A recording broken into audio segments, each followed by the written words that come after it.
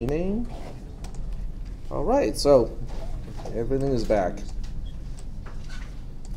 So now we can take a look at today's topic. Did anyone read a little bit ahead of the class, the lecture itself, so you know what we'll be talking about today, all the math stuff that we'll be going over today? No? No one felt adventurous enough. All right. So I'm going to close this and restart because I don't need to use all the old links, so I can just sign in again.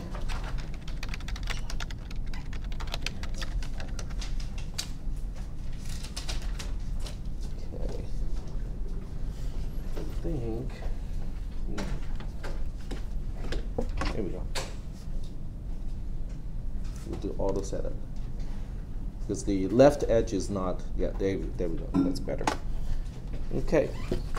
So today is that class.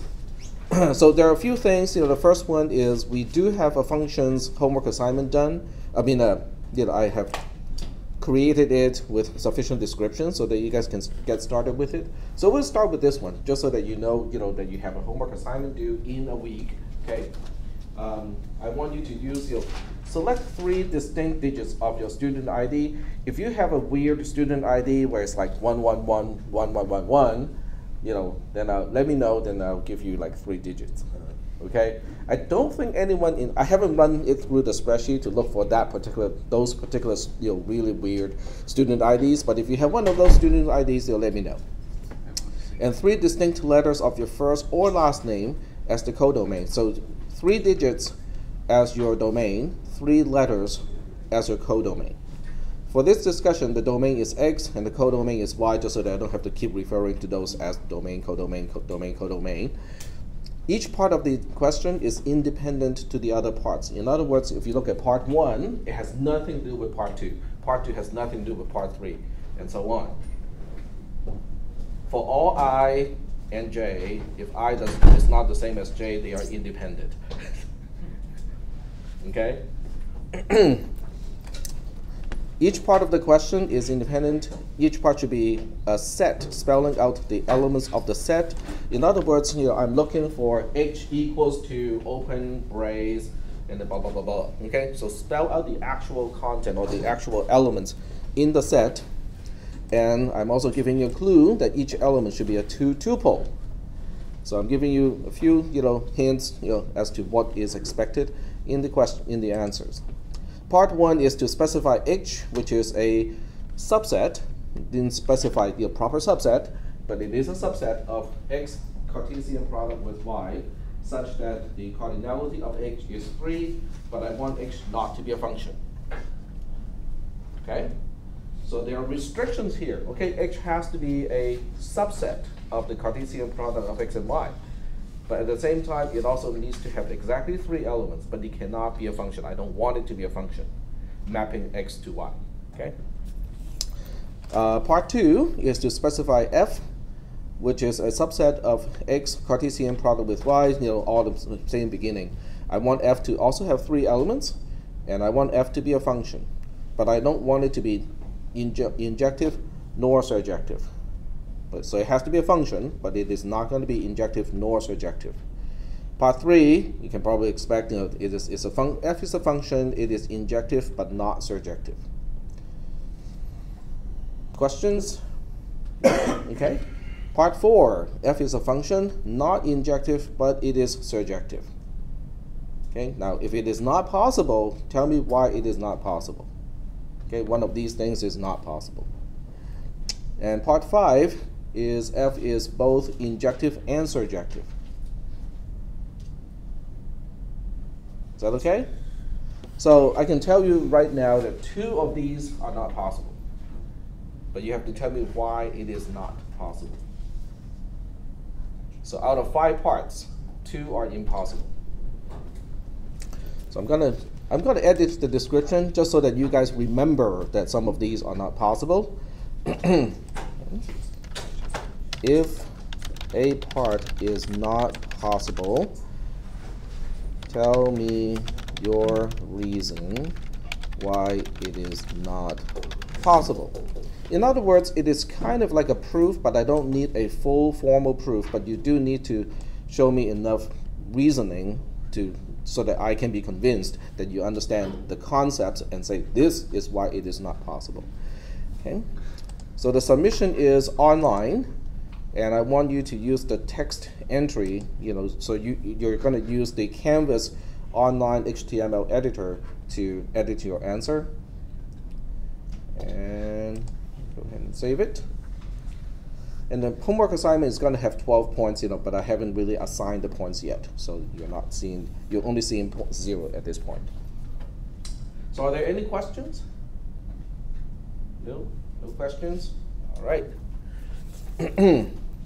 If you do have questions, later on, just let me know. I'm leaving this tab open. And meanwhile, we are moving on to Alephnull. Okay, so this is a topic that we started last week. And I cannot quite remember how far we went. I think we only went as far as defining this f here that can map all integers to natural numbers. Did I even get that far? I don't think so either. Okay, fine. That's okay. Not a problem. So what we'll do is we're going to talk about it from the beginning.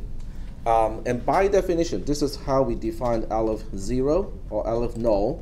It is really just the cardinality of the set of all natural numbers. Okay? Which doesn't seem to make sense, because the set of natural numbers has an infinite number of elements. If you tell me that x is the last element of the set of all natural numbers, then I'll ask you, what is n plus 1? Right? So it doesn't seem to make any sense to give it a particular symbol, because it is just infinity, right? But it does matter, okay? So the first thing is we will talk about the equivalent cardinality. How do you know that two particular sets have the same cardinality, even if both of those sets, each one has an infinite number of elements? So that is really weird, right? You have one set that has an infinite number of elements. You have another set that also has an infinite number of elements. And then I'm asking you, do they have the same cardinality? What? Okay? And then the weirder part is some have the same cardinality and some do not, even though all of these sets have infinite number of elements. Like the set of all real numbers is actually having quote unquote more elements than the set of all natural numbers. Even though they're both infinite, I can still compare and say that this one has got more elements. There's no mapping, okay? There's no one-to-one mapping between the elements of the sets. That is the key. So what we want to do is to focus our attention on the set of all integers and see how that compares to the set of all natural numbers. You might say, well, we can kind of see that all natural numbers is a number line, but it only goes to the right-hand side, only goes in one direction. The other side is fixed. As opposed to the set of all integers, if you look at the number line, it goes in both directions. So they cannot possibly have the same cardinality. But they do, because I can have a function that can map all natural numbers to integers and all integers to natural numbers. Okay? Is that okay so far? All right. So it might be helpful to use the document camera today, because when I use the number line and stuff like that, being able to draw that stuff can be helpful. So I'm going to open up the documents camera.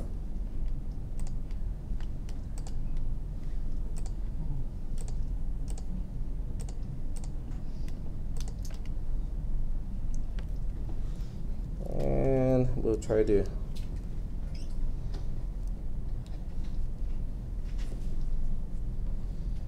we go. All right, so I need to find a pen. Yep. There we go. This is the number line for natural numbers. We start from 0, and then we got 1, 2, 3. It's not exciting. And then we have the number line of integers.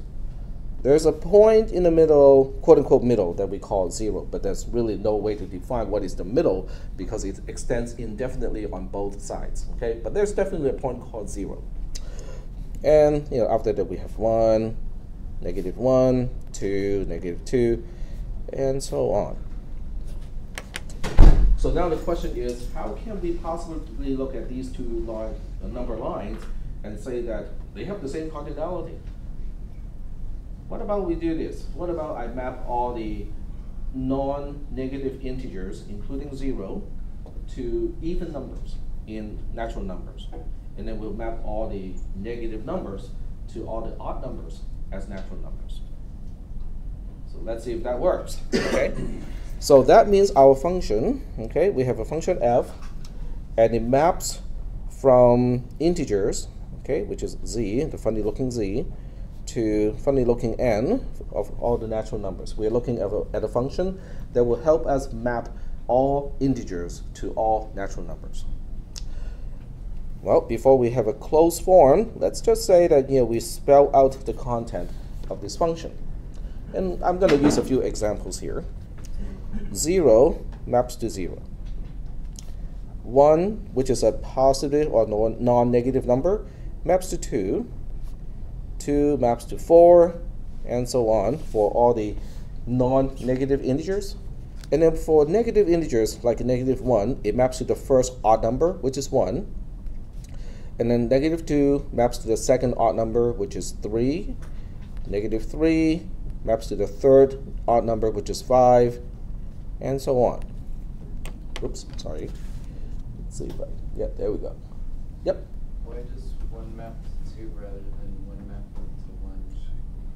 Say that one more time. Why doesn't 1 map to 1? Because I want all the, because in this particular method, I'm mapping all the non-negative integers to even numbers in the natural numbers. Why? Or this is just for now? No, this is just one way to do this mapping. Okay. Yeah. So this is a particular function that can map integers to natural numbers. But then you wouldn't get all the natural numbers. So then I wouldn't get all the natural numbers. Why not? Because you're doing even ones. Give me a natural number, and I can tell you. Oh, the negative are mapping. Okay. Yeah. So the negative numbers map to the odd numbers. The non-negative numbers map to the even numbers. Okay. Okay. So if we look at this particular function definition, go like, it's sort of clear what it's doing, but it's not very exact. In other words, if you tell me, oh, what about 200? It's not listed here. 200, it should be mapped to 400, right? Because it's a non-negative number. But it's not shown here. We don't know how far this goes, okay, or whether there are variations later on. So it's much better to define this using a closed form. In other words, we use an equation to show that, yes, this is how we map the numbers. Is that making any sense? Okay. But the closed form of this one is a little bit hard to deal with, especially if you're in a math class. Because in a math class, then your math professor will have to say, well, if blah, blah, blah, blah, then this function maps this way. If blah, blah, blah, then this function maps the other way, okay? But since this is more or less a programming class, because it falls into the discipline of CISP, we have the ternary operator. So we can save all the trouble of spelling out if blah, blah, blah, because we can use a ternary operator. So in this case, the ternary operator, which is the first part of this expression, is really just asking what we are mapping. Okay, let me change this a little bit. F of I, where I is a integer. So the first question you want to ask is I less than 0?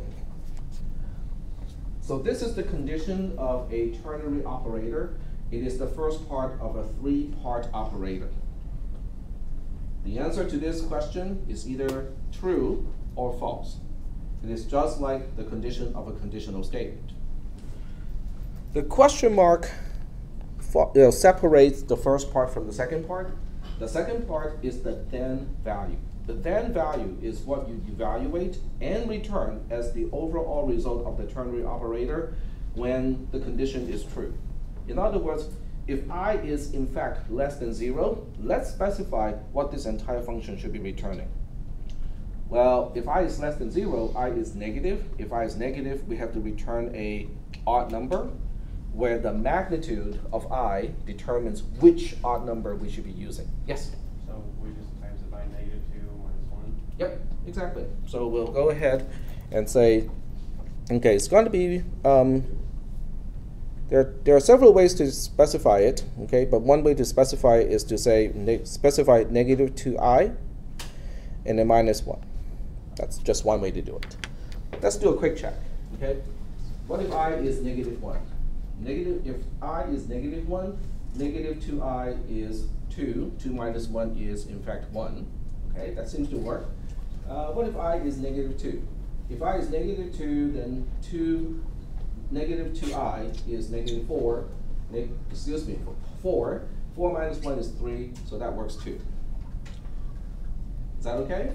All right. Yep. Go ahead. So this function is just for the right side of that f above it, where you're mapping the negative to the positive. No. We are not done yet, because remember it's a ternary operator. We have only specified 2 parts of it, okay, right? So it will eventually encompass that whole thing. Yep. Okay. I'm just double checking to make sure that the negative side works okay. Okay.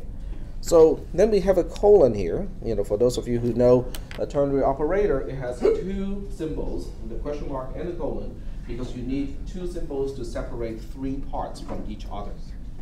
Okay? So the colon separates the second part, which is the then value, from the third part, which is the else value. The else value is what you evaluate and return when the condition, which is the first part, is false. In other words, in this case, if I is not less than 0, which is the same thing as saying I is greater than or equal to 0, or saying that I is non-negative, what are we going to return? Well, let's specify that here. That's easy. What about just 2i? Right? Because if I is 0, 2i is 0, which is what we want. When I is 1, then it returns 2i, which is 2, which is what we want. So it seems to work. Is that okay so far? You know how we define f, as a function that maps from integers to natural numbers. Okay, seems okay. So what about those properties that we'd like to talk about? Injectiveness, surjectiveness, and bijectiveness of this particular f. What do we know about this f? Okay. So the next question that we want to ask is it injective? Is it surjective? What do you think? Well, let's talk about injectiveness first. And of course, this discussion will also help with your homework assignment, because in case you have forgotten what injective means, what does it mean? F of x1 equals f of x2 implies that x1 equals x2. Okay, that's one way to go. If and only if, okay? And you want to actually? No? Okay. Yep, go ahead. I just want to say that injective is that like one-to-one mapping from domain to codomain. Okay, that's a kind of vague way to do it. Yes, an injection is known as one-to-one, but it's kind of really ambiguous when they say one-to-one. Go ahead. All right, so injective is so long as no 2 elements map to the same thing in the codomain, and then subjective is everything in the codomain is mapped to. Yep. Okay, that's very good. That's very succinct, and it actually spells out the meaning of those particular descriptions. So the question now is this function injective? In other words, if I give you 2 different values, are they guaranteed to map to different things in the codomain? No. And if so, how do you prove it?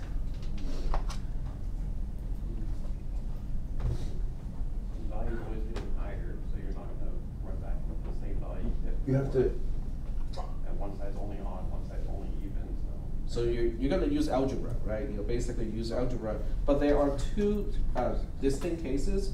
One is when they have different signs, and then the other one is when they do not have, when they have the same sign. So there are 2, 3, because when they have the same sign, then you have to show that 2 minus 2i minus 1 always map to a different value when I is different.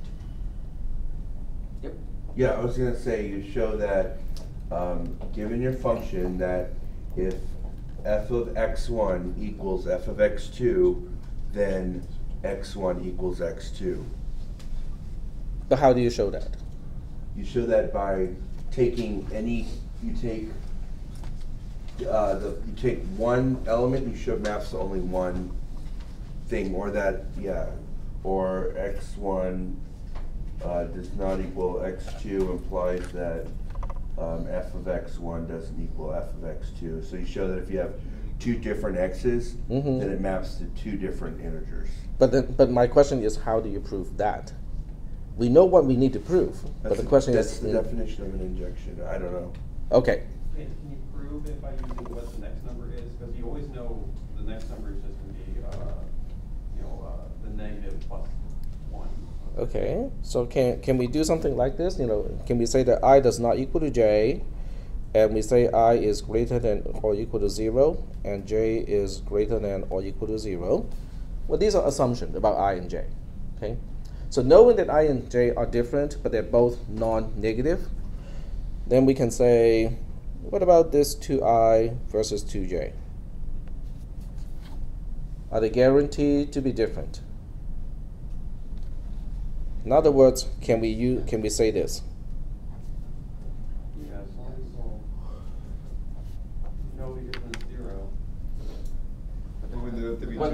When they're both 0, then you have failed the assumption that I is different from j. Yeah. Yep. Okay. So it's basically just algebra, that we're using at this point. Okay. Particularly, we are dealing with non-inequality algebra. Yep. I feel like that describes it, but it doesn't prove it. It describes it, it doesn't prove it. Okay. So the best way to prove this is to use proof by contradiction, which is a weird construct that works exceptionally well. Okay? So I'm going to give you guys an early exposure of proof by contradiction in this case. And we're just going to focus on this case because the other cases are very similar. So the technique is the same. It's just that we're applying it differently. Okay. So in proof by contradiction, or in any type of proof, it is important to state what is it that you are trying to prove. In other words, what statement are you proving? What is the theorem that you're trying to prove? So that always is the first part that you have to spell out. So in this case, we can say, we want to prove this. Okay, I is an element of all the integers. J is an element of the set of integers. We know that I does not equal to j. Okay, and we also assume that I is greater than or equal to 0. J is greater than or equal to 0. So we start with these assumptions. Okay. So you can put conjunctions of all of these things, okay? And then we say that this implies 2i is different from 2j. Do we agree that this is what we are trying to prove? Which is one subcase of the bigger theorem that we want to prove, which is f is injective. Is that okay? This is a part of that. But the other part is going to be very symmetric. So once we know how to do one part, it's easy to do with the other one. Is that okay? Now, what we're trying to prove is not this part. This part is the assumption. We don't have to prove it. This is the consequence of that. We're not proving that either. What we're trying to prove is the first part implies the second part. That is what we're trying to prove. So proof by contradiction is really strange because it starts with, let's say this is not true and see what happens. Okay, so what happens when this theorem is not true? It means you will be able to find at least one case where the first part is true, but the second part is not. Is that okay? All right, so I'll just spell out here. Proof by contradiction. We'll examine all of these later on in the semester. Starts with negating the theorem.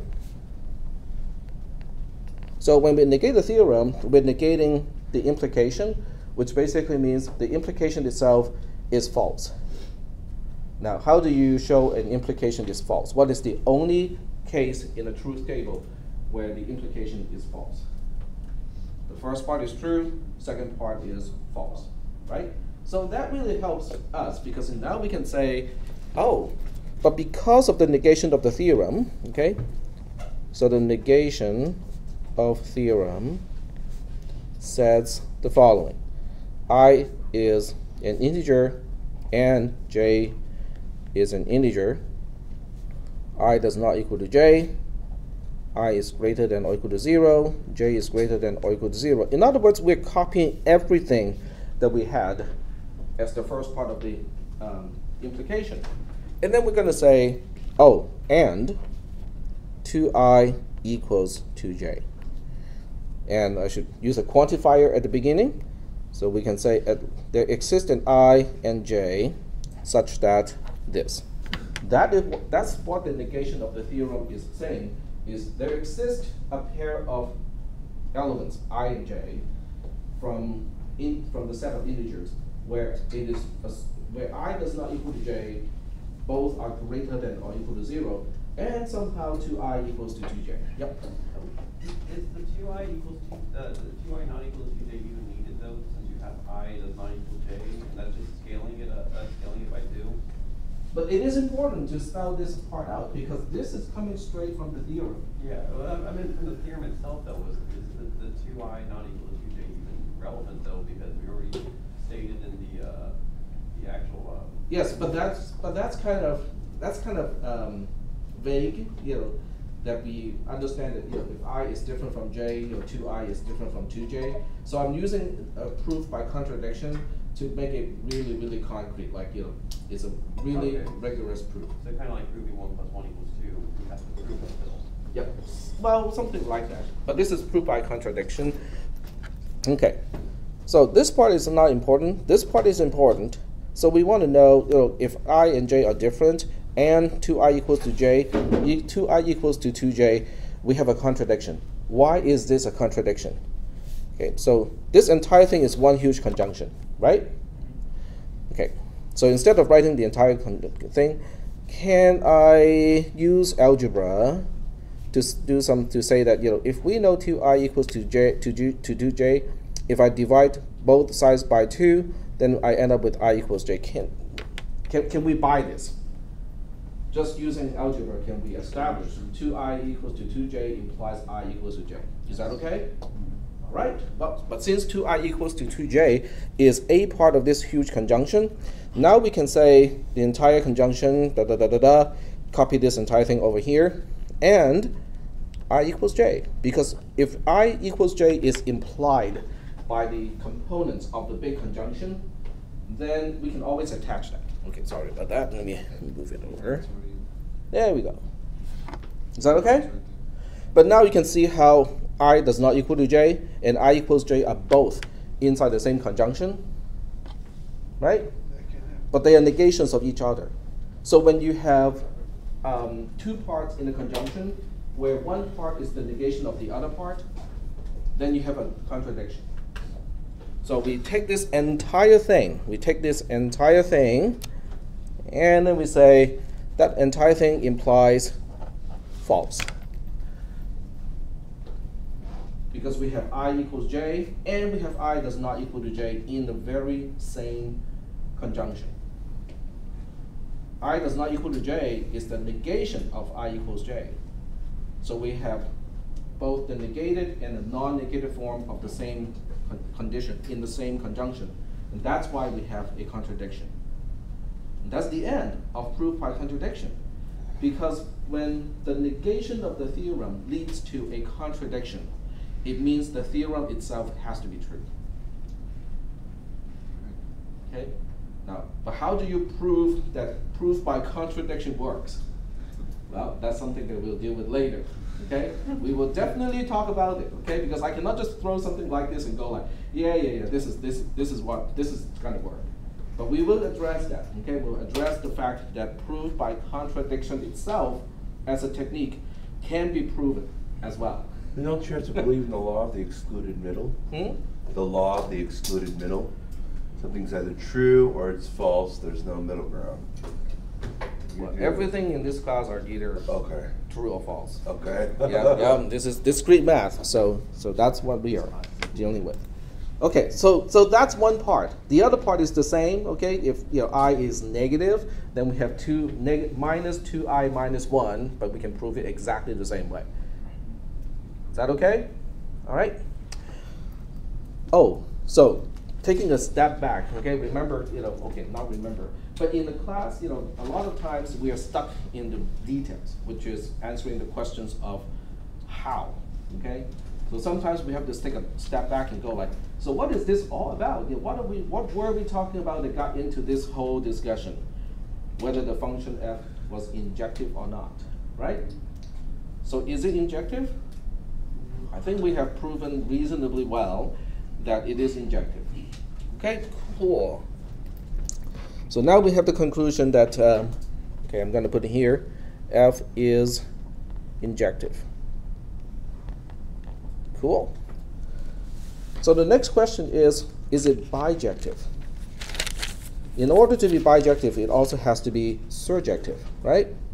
So now we want to answer the question of, is f surjective? I'm sorry, how did you explain that f was injective again? Because we can show that if I and j are different, f of I and f of j are guaranteed to be different. Okay. That's what the proof was about, is to show that, at least when I and j are both non-negative, but they're different, they're guaranteed to map to different natural numbers. Okay. But we can use the same technique to prove the negative side. But if one is non-negative and the other one is negative, that's easy, because one is odd and one is even. So that one is actually easier to deal with compared to what if they have the same sign. Okay. Yep. Okay. So the next question is, yeah, go ahead. In our proof, we said that they do not equal to 0, and they do equal to 0.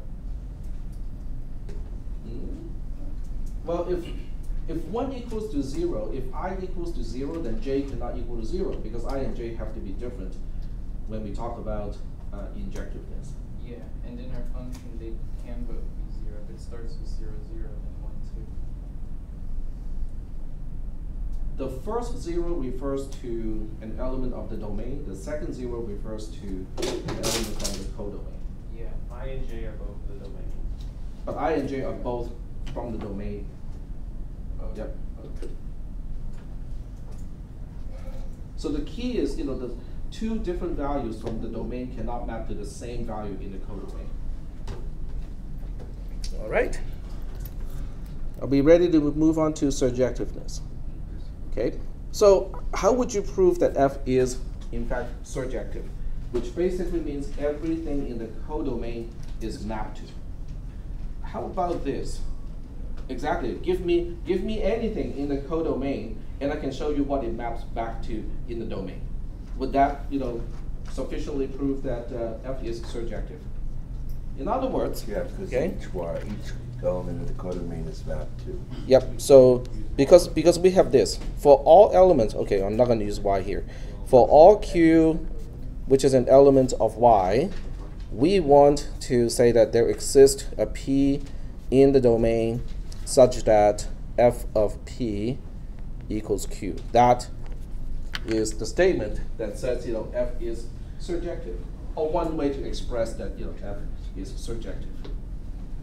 Is that okay? So so in this case, I only have to prove and say that give me any q that is in the codomain, which is the set of all the natural numbers, and I can show you which integer from the domain maps to it. Is that okay? All right. Okay. So we'll now take a look at p. Okay. I'm going to call this g for now. Okay. And we'll say that g is a function that maps from it maps from y. I shouldn't use y here. I should be using natural numbers, n, to z. There we go. Give me any natural number. I'll tell you where it maps to back into the integers. All right. So we look at g of some natural number, and I'm going to use, You use cubes since you used up the yeah, I can use q. So I can say, g of q, okay, q is a natural number. How can I figure out where it maps to? Maybe the first, yeah, go ahead. use mod 2 equals 0. So we have to first determine whether it's an even number or not, because all even numbers will map back to non-negative integers, and all the odd numbers map to negative integers. So yes, so first thing we need to know is it even? Okay, but that's relatively easy because we can just ask, oh, what is q mod 2 equals 0? Okay, if it does equal to 0, if the remainder of q divided by 2 is 0, that means q is even, otherwise it is odd. Is that making any sense? Okay. So what this part is now going to say is, oh, we know that q is even. So how are we going to map this natural number back to the corresponding integer? That's the easy case. That's the easy case. Because it's just reversing 2i. So how do you reverse the action of doubling something? Q over 2. Q over 2, yep. Does that not work? If, Hmm? Never mind. Okay. So the colon is separating the then portion from the else portion. The else portion is now saying, what if q is odd? Well, if q is odd, then we have a little bit more work to do. Because, okay, let's go back to the original one. I'm just going to put it here. The original function for negative integers mapping to natural numbers is minus 2i minus 1. So whenever you have a composite function like this, it is a composite function because we are applying two different actions. The first action is to multiply I by negative 2, and then the second action is to decrement by 1. So those two actions are performed in that specific order. When you want to reverse those two actions, you have to reverse the last action first. It's a stack. You have to pop the top first. So because the last action is a subtraction by 1, that means to reverse it, we have to add 1 first, and then we divide it by negative 2. So to reverse it, we say q plus 1 to reverse the minus 1. And then the second action is to reverse the first operation, which is divide. If we multiply by 2, then we divide by, if we multiply by negative 2, then we divide by negative 2. Is that okay? Oh, it is a function. So now the question is this function injective? Every time we see a function, we want to ask that question. No two things that codomain are used. Yep. Other ones. Yep. Now, intuitively, it does make sense, okay? Because let's just say that we have Q1 and Q2. Q1 does not equal to Q2. Q1 and Q2 are both natural numbers. So we have those three possible cases again, where one case is, oh, they're both even numbers. So we have two even numbers. They're not the same. Do they map to, when you divide 2, do they map to different numbers? Yep, pretty simple. And then the other one is kind of the same way, right? What if one is odd and one is even? Well, that's even easier, because if one is odd and one is even, one will end up as a non-negative value, the other one would end up as a negative value. Okay, so that's just kind of the gist of it. It's not a formal proof, but I think we can be reasonably convinced that G itself is also injective. But the main point is, now we have a way to map everything in the codomain back to the domain. In other words, F itself, not G, but F itself is surjective, because every element in the codomain is mapped to. Is that okay? All right? So at this point, we can say, F is bijective, because it is both injective and surjective. And it's reversible. But that makes G the inverse function. Yeah. G is the inverse function. In other words, Give me any natural number, I can map it back to the integers. Give me any integers, I can map it into the natural numbers. Is that working out so far? Okay. So because f is bijective, now we can say the cardinality of n, which is the set of all natural numbers, is in fact the same as the cardinality of all the set of all the integers. And now we can say, oh, they're Aleph 0. I cannot remember how to write Aleph. There we go. It's kind of like a funky looking n.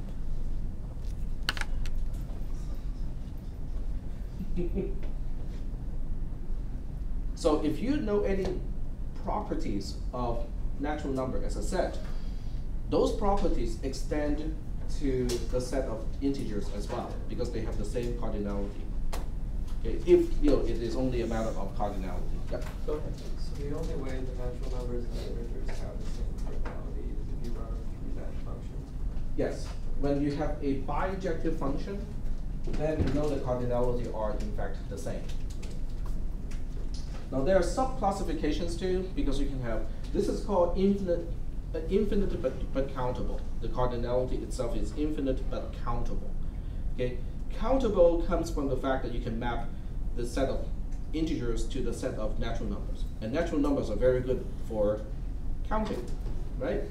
So that's why anything that can be mapped to natural numbers using a bijective function is also known as countable. Yep. Unlike the infinite decimals, you have between 1 and 2. Right. So real numbers do not map to natural numbers. There's no way to map all the real numbers to natural numbers. Yep. So 0 is just clarifying, 0 is a natural number. 0 is a natural number. Even though you can't technically, you can say there's nothing. Even though it is nothing. Correct. Counting numbers start with 1. Natural numbers start with 0. Right, there's a counting numbers. Yep. Okay, thanks. But if I can map everything to natural numbers, do you think I can map it all to counting numbers? We just need to attach another function called, f of I is I minus 1. So whether we count 0 as a part of natural numbers or not is kind of trivial in a way, because it doesn't really change anything. Are we doing okay so far with all of this stuff? Okay. So the next one is even more kind of strange. It is stranger because we're dealing with two-dimensional space instead of a number line. Okay. So I'm going to give you an idea of what we're dealing with here. Okay. You guys know this stuff already. Okay. We have a two-dimensional space where we have x going in this direction, y is going in this direction. But unlike in your math class, we're not concerned about real numbers. Okay, so x is not a real number axis, y is not a real number axis. They're both natural number axes. Is that okay? So we're only concerned about 0, 1, 2, 3, blah, blah, blah, 1, 2, 3, blah, blah, blah, like that. Okay. But is this even useful? Do we utilize natural number coordinates at all in computer science? All the time, right? When you look at the pixels on your screen, they're all discrete. Okay, you cannot have an infinite resolution monitor as much as you want to. Okay, so you only have so many pixels on your screen, 10,000 something, 1,000 something across this way. No, it's more than that, right? 20 by 1080. Yeah, but it is still finite. It's still a fixed number. Okay, and you cannot have sub-pixels between pixels, or arbitrary number of sub-pixels between pixels. Pixels is it, right? So the way we do coordinates like this seem to make sense. Okay, so if we really want to look at it as pixels, then we can call this one pixel 0, 0. This is pixel 1, 0. This is pixel 0, 1, and so on. Is that okay? Does everybody understand how I label the pixels? Okay. So this is a two-dimensional space, but only using natural numbers for our coordinates. So now I say, you know what? I can map all of this to natural numbers. So even though this is a two-dimensional space, because the number line we can kind of get the idea because we just kind of fold one side to the other side, right? You know, so it's still, you know, linear. It is still only a single line. But this is two different dimensions mapping into one single dimension. But we can do it, okay? In a way, I'm kind of glad that you guys did not read ahead because then I can say, yes, we can do it this way, and you guys go like, oh, instead of, yeah, I knew about it already. Okay, so the way we do this is like this, okay? So we assign natural numbers like this. This is 0, and then we fill it by scanning diagonal lines. Okay. Now you can choose any way you want to scan the diagonal lines, but the idea is diagonal and then extend out. Okay. So 0, 1, 2, and then we have 3, 4, 5. Okay. 6, 7, 8, 9, and so on. So the idea is to sweep. Okay. If I were to draw another picture, so the idea is to sweep in this direction, and then go back to the x-axis. And then we sweep again, go back to the x-axis, sweep again, and so on. So when you look at the diagonal lines, they are extending out in this direction. So by doing this, we are spanning a two-dimensional space. Is that okay? So the next question is, how do we express this in closed form? And is it injective? Is it bijective? If it is bijective, how do we express the inverse function? So all of those are the same kind of questions because the big question that we want to answer is this one. We have n times n, which is this entire space, the two-dimensional space. The question is, if I take the cardinality of this, does it equal to the cardinality of just natural numbers? That is the big question that we want to answer. If we can find a bijective function between n times n to n, then we can establish that equality, which is really cool. The really cool part is, if this works, you can give me a 6-dimensional space, and I can show you how to map from 6 to 5, right? Because I just picked 2 arbitrary axes out of the 6 and say, oh, I can combine these 2 axes into 1. Then we only got 5 axes left. Then I can pick any arbitrary 2 axes out of the 5, and I say, I know how to fold those 2. Now we have 4, 3, 2, and then eventually down to 1. You can give me any fixed number of dimension, and I can say, I can map everything down to a single natural number set. Okay. You guys don't think it's really cool? Yep. Are there different, like you can map them in different ways? There are possibly different ways, but I just need a way to show that it has the same cardinality as natural numbers. Yep. Does this this definitely make more sense, like the pixels and the numbers corresponding to each pixel. But if it was like, let's just say like a 3-dimensional space, right? Mm-hmm. How would the sweep work?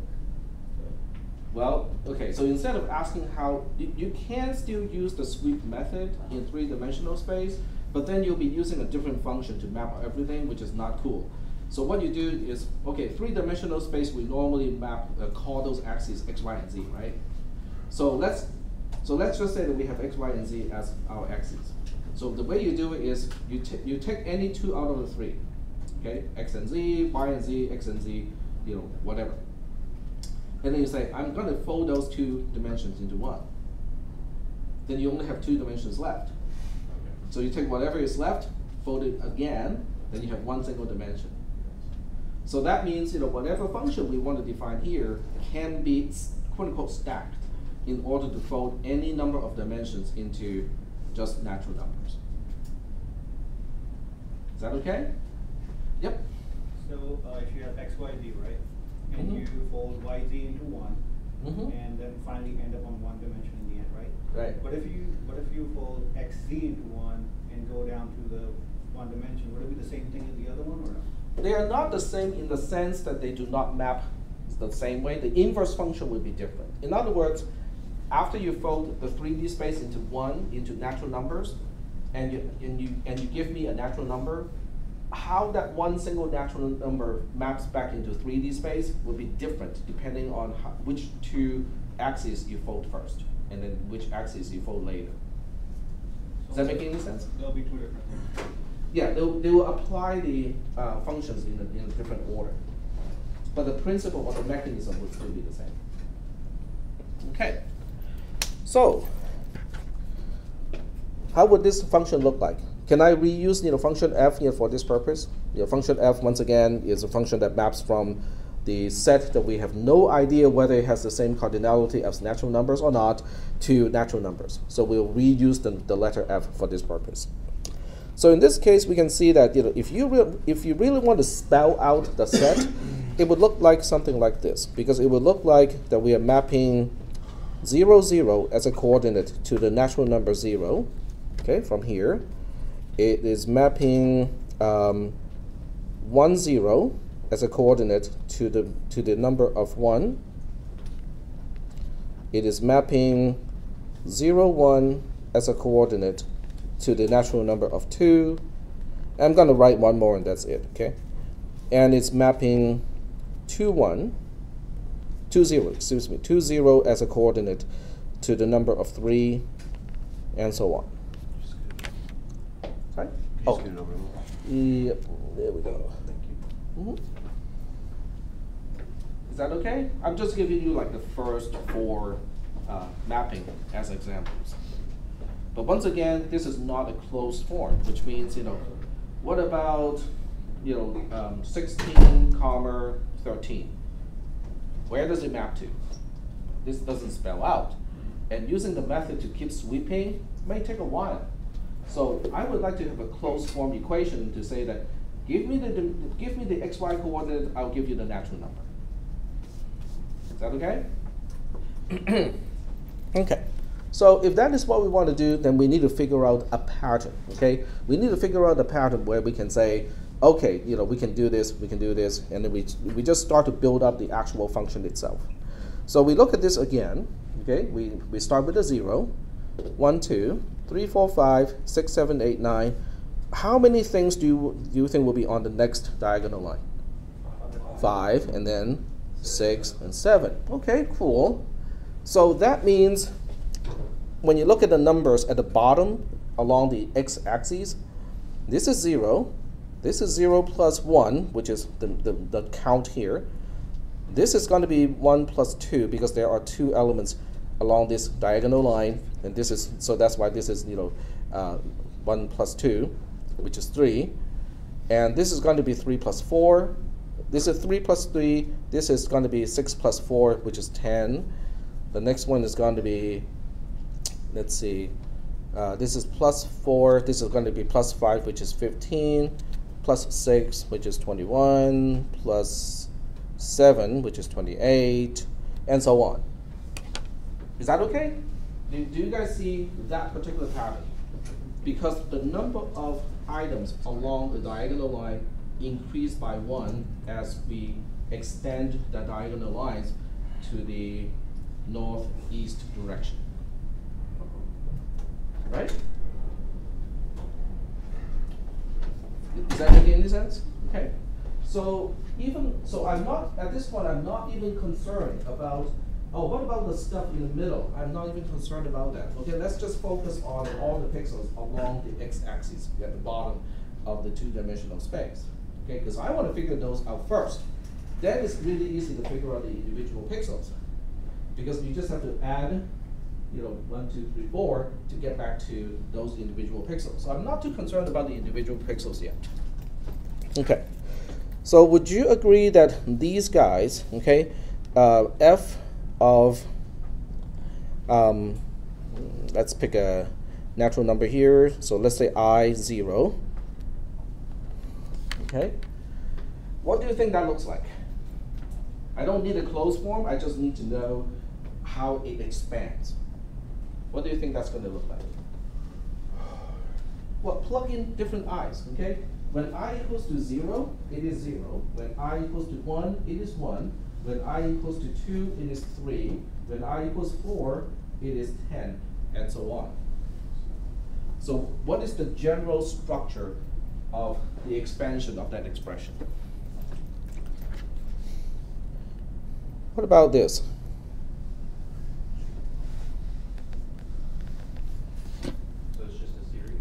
It's a series, yes. And when does it end? Never. Does it end with I, or does it end with I minus 1?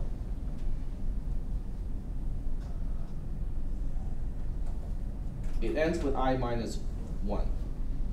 Because you're counting the number of pixels covered by previous diagonal lines. Because I0 as a coordinate is the beginning of a new diagonal line. So you only have to count up to the previous diagonal line. So this will end with I minus 1. The series ends with I minus 1, whoops, I minus 1 in parentheses. This is all in the notes too, so don't worry if you don't have time to copy this. But that's not closed form either, okay? So how do we turn this into a closed form? Some of you have been exposed to series and you know how to fold, like the first item, so first item and the last item, second item and the second last item, and blah, blah, blah, blah. And you know the general equation. But what if you have not been exposed to that technique? Okay? This is the part when I will go back to my notes. Is it okay for me to flip back to the notes? Okay. So this is where I go back to the notes. So I want to show you where we have gone through so far. Okay, we got through these examples. I call this G in the notes, not F. Close enough. And this is where we are at. Okay, the G function applied to x0 as a coordinate, and that's why we have double parentheses. Okay, it's not a typo. The inner parentheses emphasize that x0 is a coordinate. The outer parentheses emphasize that we are applying function G to the coordinate. Okay, so that's why we have two pairs stacked of parentheses. So we have 0 plus 1 all the way up to G, x minus 1. So now we say, but we know how to express this using the sigma notation, because instead of spelling out 0 plus 1 plus 2 all the way to x minus 1, we can just say this is the summation with an index I from 0 to x minus 1, and then the terms that we are adding is just I. Is that okay?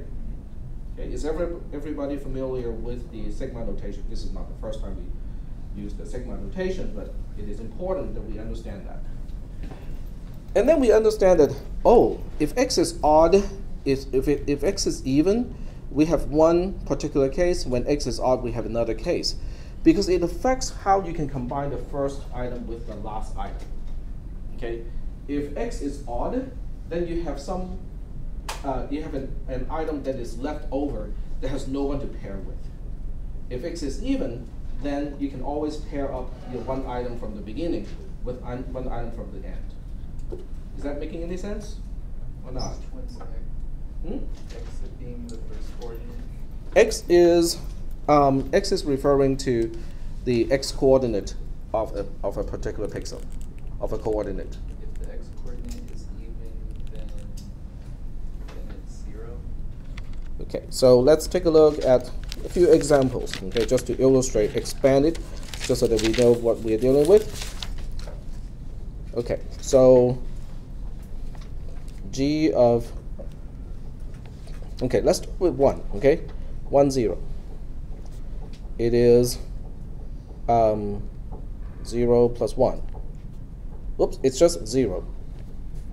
No, it is 0. Like it's how far it shifts, right? Yeah, Never shifts. I'm just looking at this equation here and make sure that I got it right.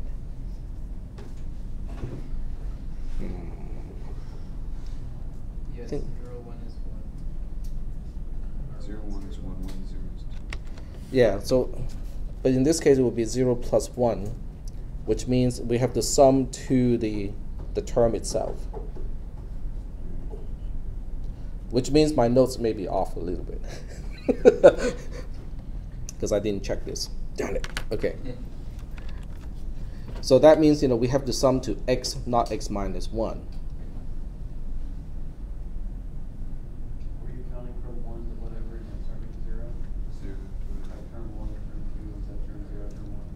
Well, but we still cannot stop at x minus 1. We have to stop at x. In order for 1, 0 to map to 1, we have to stop at x. Okay, but the key issue that we have to deal with, of having odd number, cases, it still stands. Okay, so this time, we have x plus 1. What about 2, 0? It becomes 0 plus 1 plus 2. G of 3, 0 becomes 0 plus 1 plus 2 plus 3, okay, and so on. But you can see that depending on the 1, 2, and 3, the number of terms that we are adding can be odd or even, right? And the technique to do this is to combine the first and the last, the second with the second last, because the sum between the first and the last and the sum between the second and the second last should be the same. So when you have many items, okay, so when you have many items, you can always pair up the first and the last, the second with the second last, the third with the third last, and so on. That part is easy. The difficult part is, but sometimes you have one left over in the middle because you have an odd number of terms. And other times you have an even number of terms and they all pair up. So when we try to derive an equation to cater for both situations, that's why we have something that looks like this, because we have to first determine, do we have an even number of terms or an odd number of terms? Now, because of my mistake, this part has to change, but the idea or the principle is still the same. So this part of the notes, probably will be changed, big time because I made that mistake. It should end with x and not x minus 1. But the idea is 1 has an even number of terms. Okay. So just going with the current assumption, because whether it ends with x minus 1 or just x doesn't really matter all that much. Now when x mod 2 is a 0, which means x is even, can I express this term using this term here? What did I just do? We started with this sigma, where I goes from 0 to x minus 1. When x is even, or when we have an even number of terms, I break it up into two segments, where in the first sigma, I goes from 0 to x divided by 2 minus 1, and then with the second sigma, we start with x divided by 2 to x minus 1. So what did I just do? Divide the two parts that you add to get Yep. the same. I broke up into two parts, right? So from the second row to the third row, I combine these two. I take the first one out of the first sigma, I take the last out of the second sigma, and say, oh, then it becomes just this plus that. Is that okay? All right? But what if x is even? Excuse me, what if x is odd? If x is odd, then it gets a little bit weird, because there's one guy in the middle that cannot be paired up with anyone else. So when you look at the indexes, remember this x is odd, okay? Oops, this x here. So x is odd, x minus 1 is even again, and even number divided by 2 is a natural number. So this time you can see that I start with this, I end with this in the first sigma, but I start with this in the second sigma. There's one thing in between that I didn't account for. Is that making any sense? Yeah. And that thing that I did not account for is outside of both segments. X divided by 2 is outside of both segments.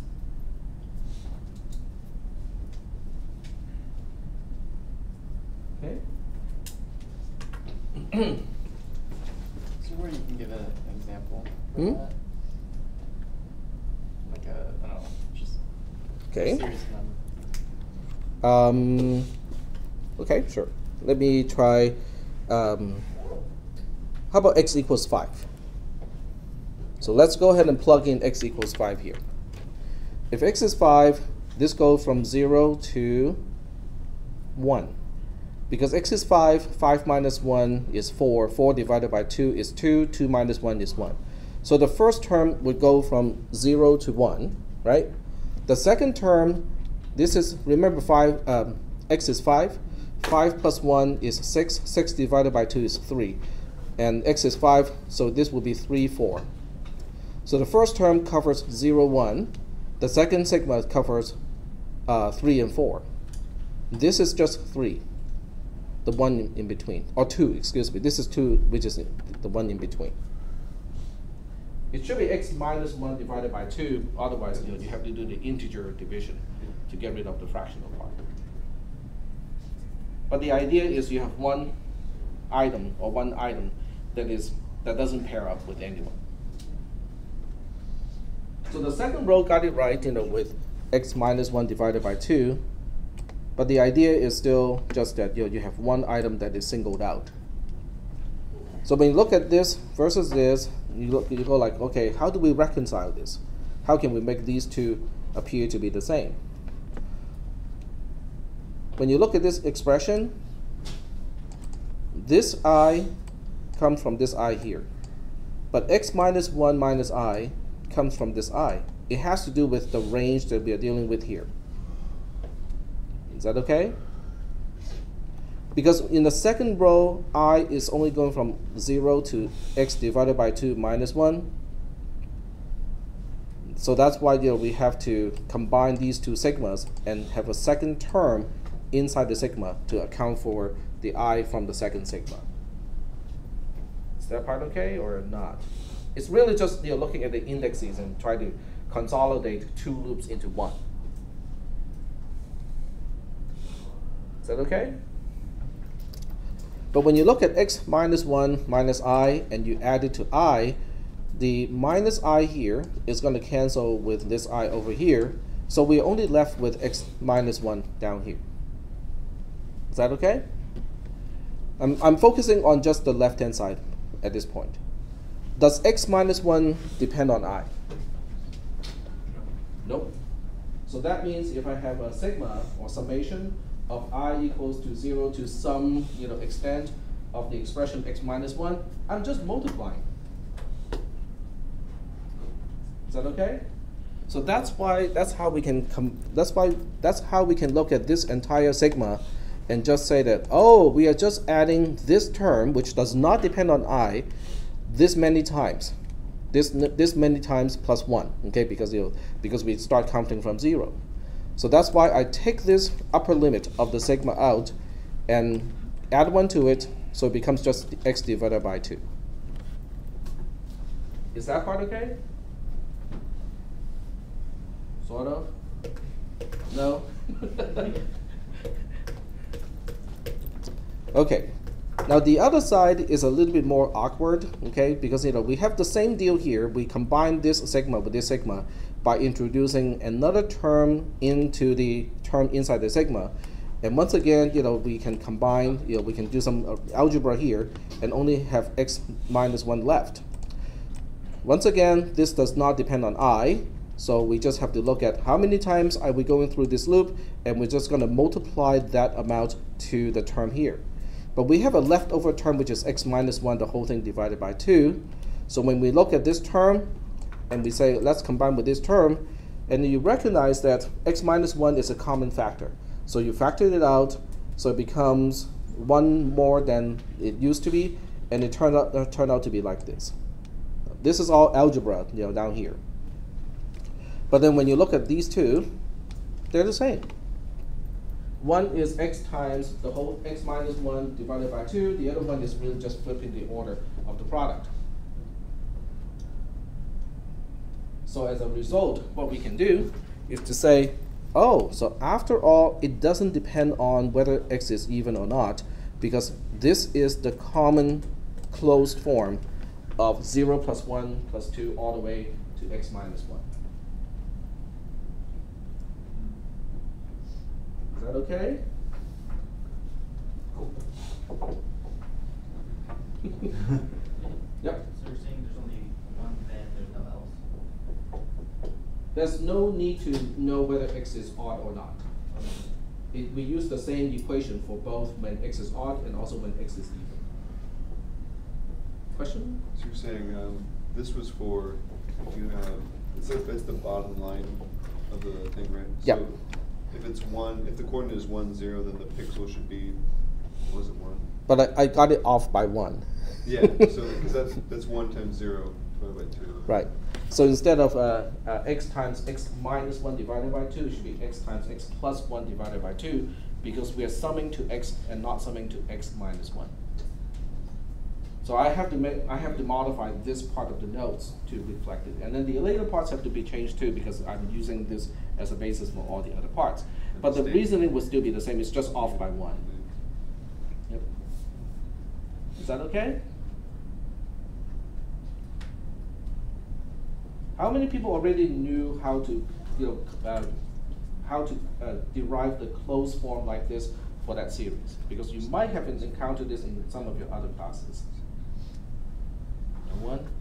You have seen. Which class would that be? Or which subject? Calculus 2. Calculus 2? Yeah. Okay. Some extent calculus. Mainly calculus 2. Okay, and I think pre-calculus is the prerequisite of this class. So not everybody has taken calculus 2. Yeah. Yep. Did they talk about the technique? Like how this works out? Yeah, I gotta review it, but yeah. Okay. I think it depends on the professor. Because there are 2 parts to deriving this equation.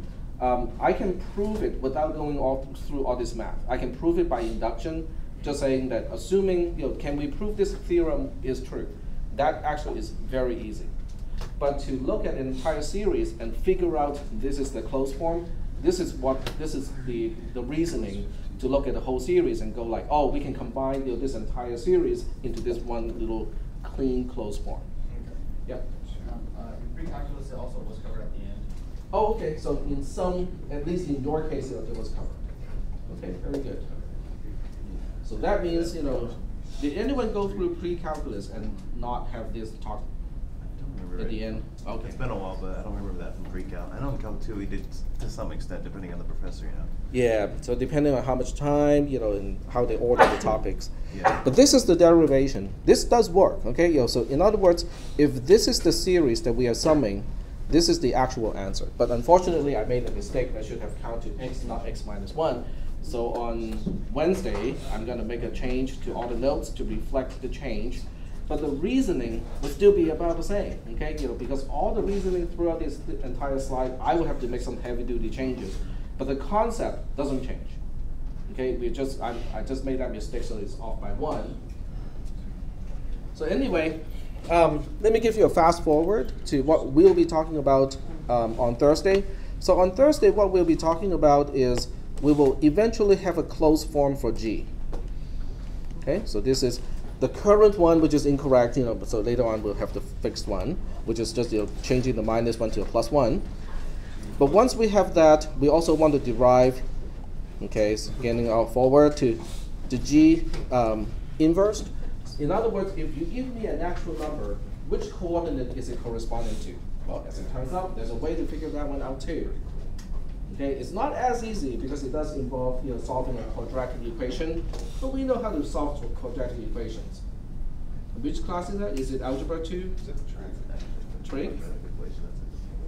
Quadratic equation, which? It's probably Algebra 1. Yeah. Algebra 1. Okay, that's very good. good. Okay, That's so good. that means everybody should know how to solve quadratic equations. Oh, yeah. If not, look it up in Wikipedia. That's the end of that 100. Okay, so I'll see you guys on Wednesday. I will have the notes corrected by then.